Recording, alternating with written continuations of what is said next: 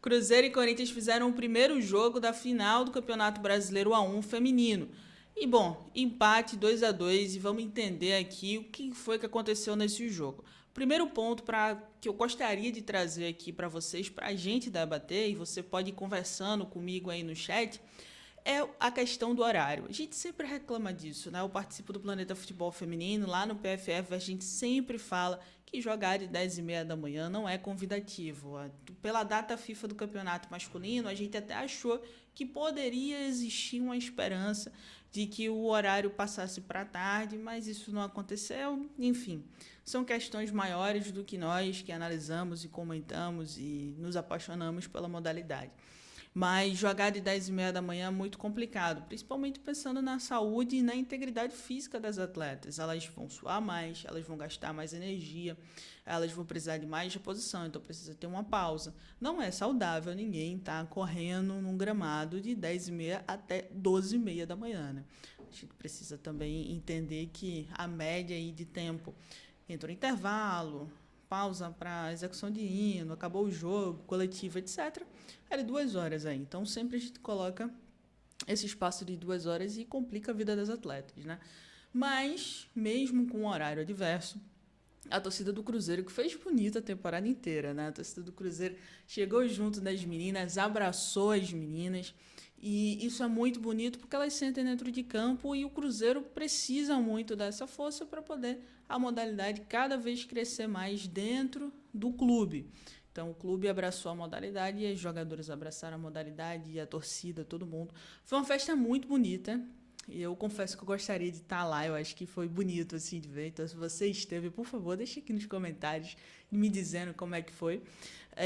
E é uma festa que a gente vai ver também no próximo domingo da Neoquímica Arena, no segundo jogo dessa final, que vai ser na casa do Corinthians, que entra ano, sai ano, e o Corinthians está aí batendo recordes, já sendo um clube que a gente conhece, que a gente sabe que vai lotar a Neoquímica. Então, eu espero que mantenha, né? E que os outros clubes sigam aí essa ideia. Mas vamos pensar no jogo, né? Eu achei que o jogo foi bem competitivo. Em alguns momentos o Cruzeiro conseguindo funcionar melhor, em outros momentos o Corinthians conseguindo funcionar melhor. Mas eu tenho um ponto aqui de atenção com relação ao jogo do Cruzeiro, e que eu observei nesse jogo contra o Corinthians e já venho observando também ao longo da temporada. O Cruzeiro está com muita dificuldade em começar jogos se ele não for o time que vai ser o mais competitivo, que vai ter o domínio da bola, que vai ser o mais controlador. Eu me explico, né? Nos jogos contra o Palmeiras, por exemplo, a impressão que me dá é que o Cruzeiro ele entra com uma estratégia muito bem montada, e se essa estratégia não der certo, as jogadoras demoram para entender o que elas precisam fazer. E isso faz com que o adversário consiga ter mais chances, consiga ter mais volume ofensivo, consiga chegar no último terço, naquela zona ali que vai ser a zona de defesa, a zona de ataque do outro time, com mais facilidade. Então, eu percebi que isso está sendo um pouco uma constante ali no time do Cruzeiro e me preocupa, porque os primeiros 15, 20 minutos são os minutos de ambientação. Então, Jonas Urias, né, o técnico do Cruzeiro, ele provavelmente traça uma estratégia, explica essa estratégia para as atletas e nesse momento em que o outro time talvez não tenha colocado a estratégia do jeito que elas tinham pensado, o time fica muito perdido. Então, esses 15 minutos estão sendo bem cruciais para o time do Cruzeiro. Isso aconteceu contra o Palmeiras e isso aconteceu agora contra o Corinthians. Contra o Corinthians, resultou num gol da Gi Fernandes. Muito boa a temporada da Gi, né? Uma jogadora muito versátil e que parece que tem a cara do Corinthians. Então, a Gi consegue fazer esse gol a partir de muita pressão do Corinthians no início do jogo. Então, é como se o Cruzeiro, na minha visão, tá? Aí eu quero ouvir você também. Mas a minha impressão é que o Cruzeiro não consegue começar bem os jogos depois de alguma pausa, seja uma pausa porque a Camila caiu, então vai para atendimento para a goleira. Aí o time se junta todo junto do Jonas e ele explica o que está acontecendo para as atletas, monta outra estratégia e o time melhora. Então o Cruzeiro tem altos e baixos ao longo do jogo, eu acho que é normal o time flutuar, né, ter essas mudanças ao longo do jogo, mas me preocupa que isso sempre aconteça no início dos jogos, porque isso pode custar um campeonato. A gente quase viu isso custando no domingo, né, no primeiro jogo da final, e vamos ver como é que o Cruzeiro se posiciona, se organiza para o jogo da próxima semana, e principalmente como é que o Cruzeiro começa esse jogo. Mas antes de seguir falando e tudo mais, eu queria que a gente visse juntos as estatísticas desse jogo. Essas estatísticas eu peguei no site do SofaScore. Então aqui temos algumas estatísticas. O primeiro ponto aqui, deixa eu ficar um pouquinho mais de lado, que você está enxergando bem, né? É porque o meu retorno aqui da imagem está do lado de cá. Mas você está enxergando bem aqui. Aqui a gente tem a primeira estatística com relação à posse de bola. Então, a gente teve 53% de posse de bola para o Cruzeiro, 47% para o time do Corinthians. E aí a gente também pensa como é que essa posse de bola aconteceu, né? Ao longo do jogo, o Cruzeiro teve bons momentos, conseguiu se ajustar bem no meio de campo, não sofreu o que o São Paulo sofreu na semifinal contra o Corinthians com relação ao meio de campo, que o São Paulo foi completamente engolido. Então, o Cruzeiro conseguiu ter mais volume dentro do meio de campo, que é um espaço muito importante para o Corinthians pela troca de passe rápido, né? E aí, aqui, a gente teve gols esperados. Esse ponto aqui, defesas do goleiro, que no caso, defesas da goleira, né? A Camila fez 6 defesas no jogo, a Nicole fez uma. Nicole, ao longo da temporada, ganhou o espaço dela e tudo mais. Fez um jogo... Eu acho que o primeiro gol, o gol da Marília, poderia ter sido evitado. Mas aqui eu queria trazer um pouco à luz, né, essa diferença de como a Camila precisou trabalhar muito mais. Então, em mérito da Camila, conseguiu trabalhar mais, fez defesas difíceis, inclusive uma defesa bem bonita, parecida de futsal, né, com a perna esticada e tal. Foi bem legal essa defesa. Só que é importante a gente lembrar também que ela deu um oscilado, né? Aquele gol de Fernandes que vai para o ponto inicial da nossa conversa de que talvez o Cruzeiro não comece os jogos tão bem organizado como poderia. E o time inteiro parece um pouco desligado, né? Mas a Camila atuou bem, uma diferença ofensiva dos dois times bem grande, mas também mostra que o Cruzeiro foi um pouquinho mais certeiro ali. O Corinthians criou mais chances, fez Camila trabalhar mais. O Cruzeiro criou menos chances, mas conseguiu o mesmo número de gols.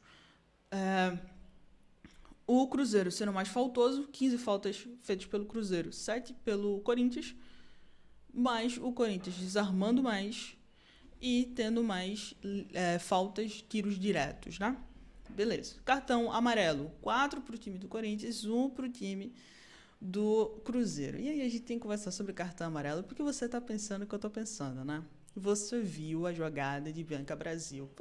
Eu sei que você está pensando. Vou até trocar de câmera aqui, para poder a gente conversar de melhor maneira. Então, o que acontece? Aquela jogada da Bianca Brasil, na minha visão, ela faz um alavanque em cima da Érica. As duas estão disputando um espaço, Cruzeiro jogando muito mais no contra-ataque. Jogar contra o Corinthians muitas vezes, deixar a bola com o Corinthians e jogar no contra-ataque, se organizar muito bem para, quando recuperar a bola, ter jogadores pelas laterais do campo, já as alas do Corinthians sobem muito, então explorar esse espaço e também ter um centroavante que consiga jogar essa linha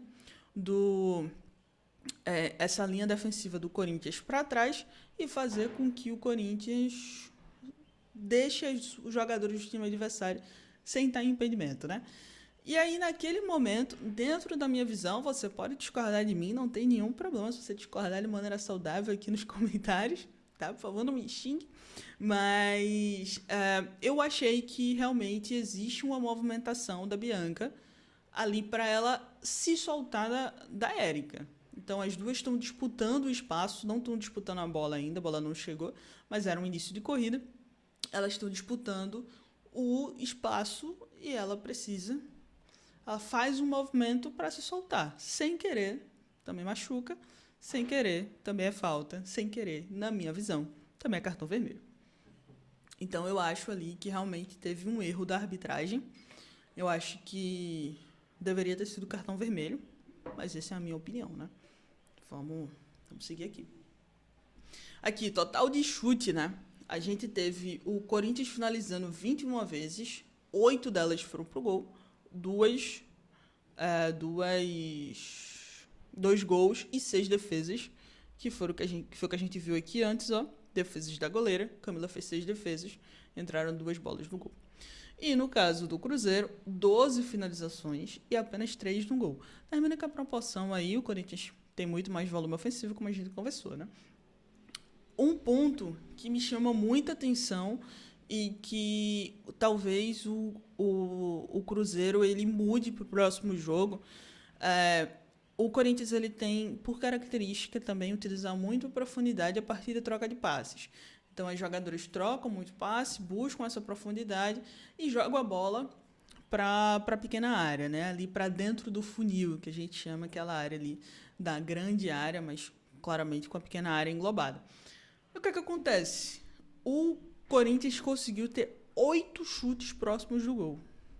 Se a gente for numa conta crua aqui, 8 chutes próximos do gol, 8 finalizações no gol. Será que todas... Eu não fiz esse cálculo, eu não tenho esse dado, mas pode ser que quase todas as finalizações, ou todas as finalizações do Corinthians que foram pro gol, foram dentro do funil. Então, o Cruzeiro vai precisar proteger melhor esse funil, conseguir organizar melhor a sua organização defensiva, a sua transição defensiva, todo mundo baixando de igual maneira. Então, as estatísticas com a leitura do jogo faz a gente entender o que podemos esperar para o próximo jogo. E eu espero, tentando fazer um comparativo, que esse número aqui esteja menor se o Cruzeiro tiver algum tipo de mudança na parte defensiva para tentar essa proteção do funil. Porque a gente tem 8 chutes próximos do gol, contra 3 só, que foram as 3 finalizações. Aí aqui a gente tem chutes de dentro da área, 7 contra 13. Chutes de fora da área, 8 contra 5. Corinthians superior ofensivamente, muito mais aqui, a gente consegue ver pelos dados. A gente fazendo essa leitura, consegue também tentar entender. Poxa, foram 13 chutes dentro da área do Corinthians e desses 13, muito mais da metade foram próximos ao gol. Então o Corinthians está conseguindo chegar nesse funil, chegar nessa parte do último terço com muito mais tranquilidade do que o time do Cruzeiro. Porque o time do Cruzeiro conseguiu 7 chutes dentro da área e 3 deles foram próximos do gol. Então é só para a gente ter uma noção geral de como foi esse jogo, né? Um jogo parelho, quando a gente entende os momentos dos dois times, como esses dois times jogaram, mas que abre margem para interpretação e abre margem para muitas melhorias para o domingo. Eu estou bem curiosa para poder entender como é que essas melhorias vão ser mostradas, vão ser feitas. Um ponto que eu não tinha falado aqui, que é muito importante. Que temporada vive a Zanotti, hein? É impressionante como ela decide jogos. Não estava bem no jogo, estava sumida, mas apareceu no momento certo, fez um golaço, hein? Eu achei que o movimento que ela faz de corpo é muito bonito, a bola bate onde ela queria que a bola batesse, é uma capacidade técnica impressionante da jogadora, né?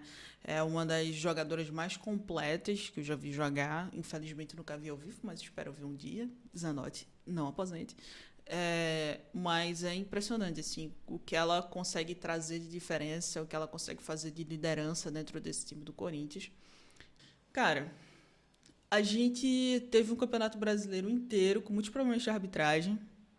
A gente teve um campeonato brasileiro inteiro reclamando que não tinha VAR. Aí quando tem o VAR não funciona, pô. É a final do principal campeonato de futebol feminino do país que vai receber a Copa daqui a 2 anos, pô.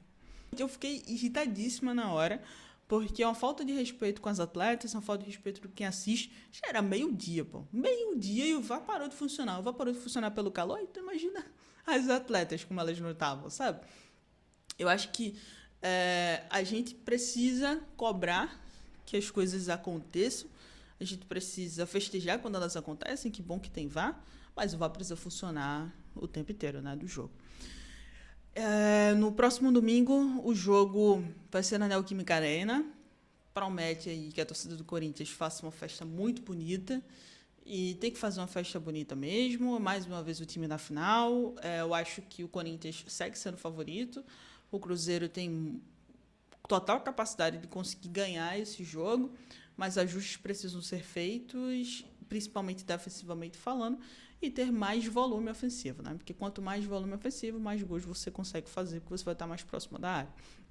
Vamos entender esse nó tático que os dois treinadores vão tentar montar para o próximo jogo, e principalmente eu estarei, pelo menos, muito atento em como o Cruzeiro vai começar esse jogo, né? Porque a partir de como o Cruzeiro começa o jogo é a tônica que ele leva o jogo inteiro, porque se o Corinthians abrir uma boa vantagem ali nos 20 primeiros minutos, mesmo o Cruzeiro sendo um time que reage muito bem, o Corinthians segue pressionando o jogo inteiro, né? É um jogo de altos e baixos, mas os primeiros 15, 20 minutos do Cruzeiro, o time precisa estar mais atento.